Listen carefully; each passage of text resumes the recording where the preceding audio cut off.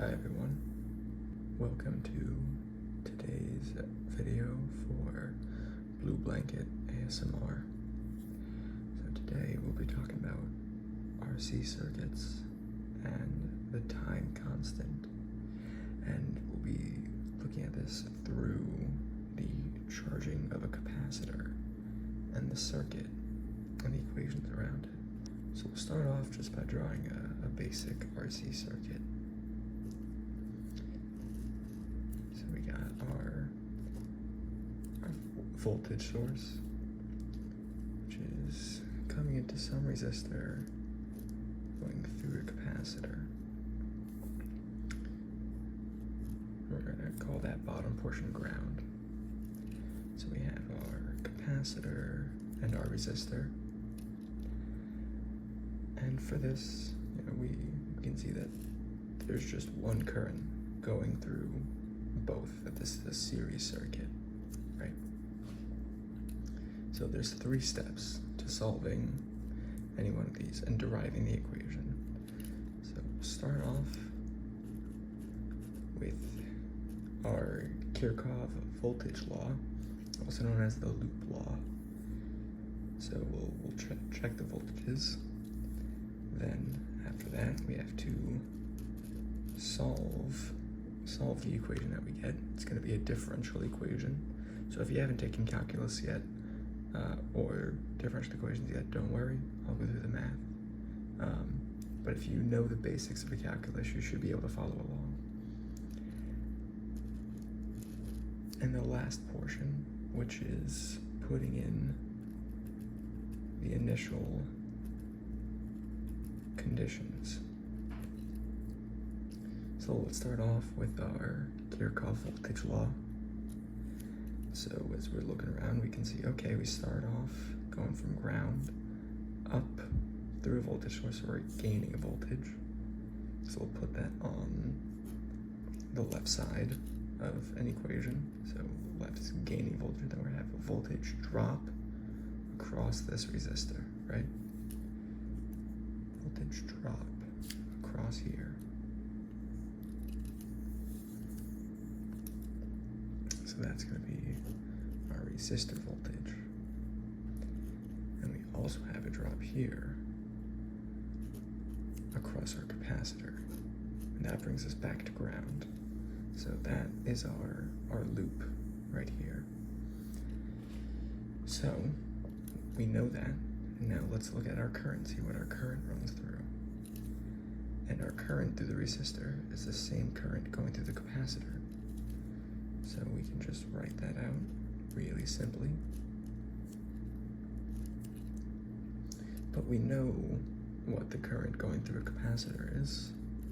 There's a very specific equation, and that's the capacitance times the change of the voltage across the capacitor over time. Those of you taking calculus know this is the time-based derivative of the capacitor voltage. But, need to also have our resistor. So now that we know this, let's go back and let's look at our resistor, our voltage across the resistor. So we have the current going through it. We already have that set up. So we can just say that the voltage across the resistor is equal to the current to the resistor times the resistor. You see my previous video, I talk about where we get this equation from. This is Ohm's law, classic equation.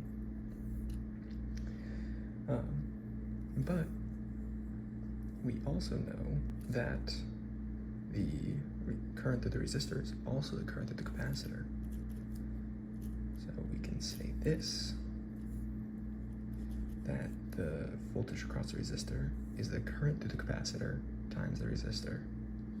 And we know what the current through the capacitor is, so we can combine those together.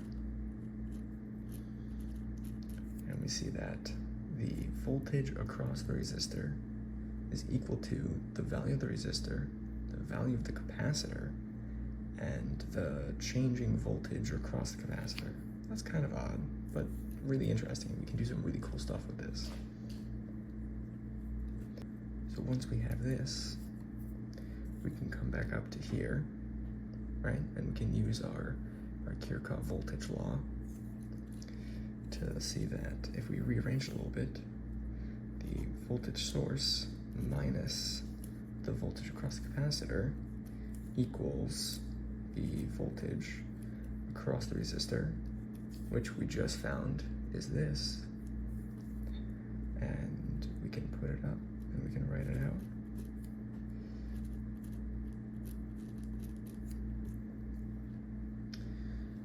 And those of you that have taken differential equations before know where this is going. But we have a variable and the derivative of that same variable in this equation. So we need to split this up and solve. So now we're on step 2. We have to solve this equation. So we can split it up, bring things over to different places. We have to get these together, the voltage across capacitor and its derivative. So we can split that up,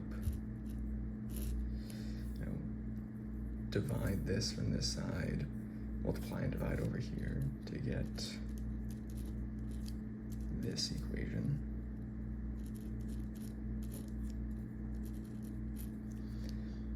Now we have to bring back our calc. We have to integrate this. And when we integrate it, we get the negative log, the voltage source minus the capacitor voltage. And that is equal to the time since we started observing this circuit. Say that the time since we closed a latch, closed the switch. The time since then divided by the resistor times the capacitor plus some constant, we'll just call C0. Now, to get rid of this, we have to exponentiate it.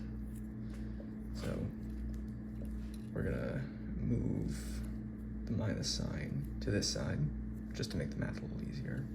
And we're gonna raise both sides. We're gonna take E and raise it to the power of both sides, and that will eliminate the natural log, and these two will cancel. So we'll end up with the voltage source minus the capacitor voltage equals E raised to the negative of the time divided by the resistor times the capacitor plus that integration constant. And we can pull that out to the front and get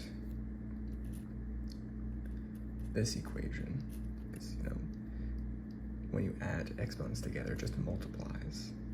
So we can say that because this is any number, E raised to whatever number is just a variable. So we'll put that out in front. And now we get to our final step of looking at the initial conditions. So for this, I'm gonna assume that the capacitor is not charged at time t equals 0. So the instant that we close this switch, the capacitor has no charge on it, right? No voltage. So we can solve for that. So the voltage source minus 0, because there's no voltage across the capacitor, equals the constant times E to the 0, which is just 1. So we get that C1, sorry. So we get that this term out front is just the voltage source, right? Which is kind of interesting. How it all just cancels out and gets very clean and nice.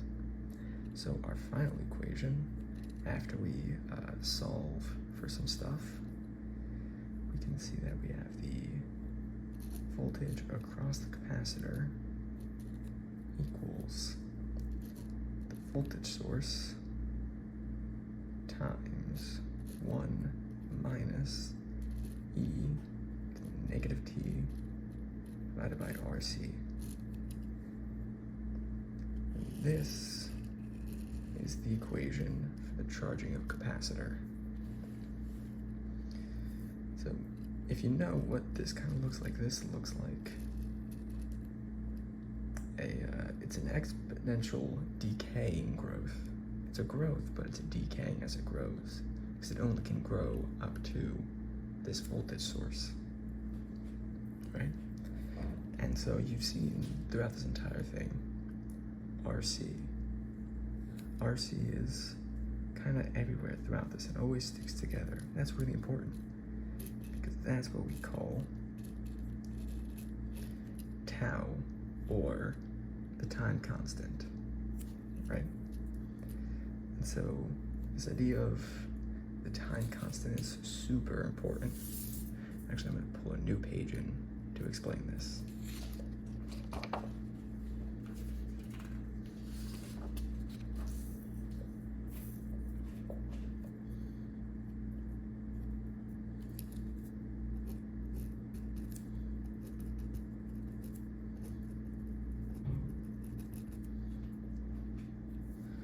So tau is the time constant, and this tells us a lot of information. Even if we don't know what the resistor or the capacitor values are, knowing what the time constant is can tell us a lot. So let's make a little chart real fast. So if we take the time constant,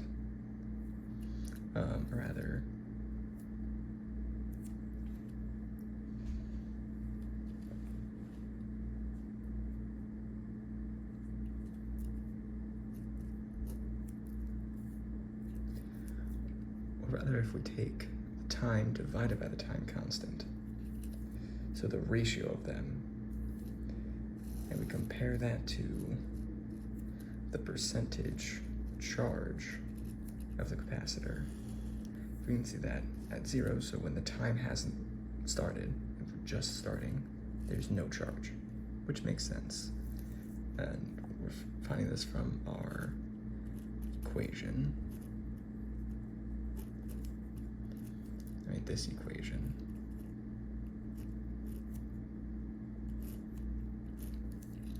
So when this ratio is 0, the voltage across the capacitor is 0.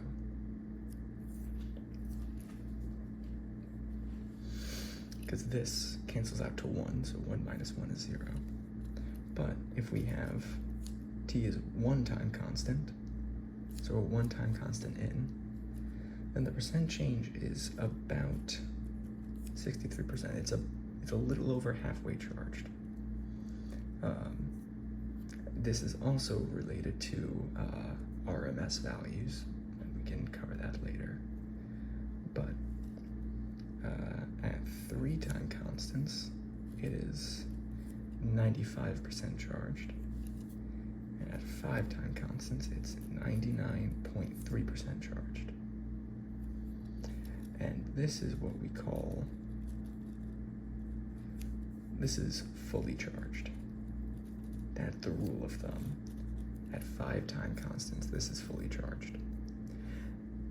And same thing applies to discharging a capacitor. At 5 time constants, the capacitor is considered fully discharged. And that's why when you turn off computers, or things like that, and it says turn off, but then don't unplug it for 5 seconds, or something like that, that is saying that 5 time constants to discharge the capacitor. So the time constant is actually 1 second, but it takes 5 time constants to fully discharge it. So when we plot this out,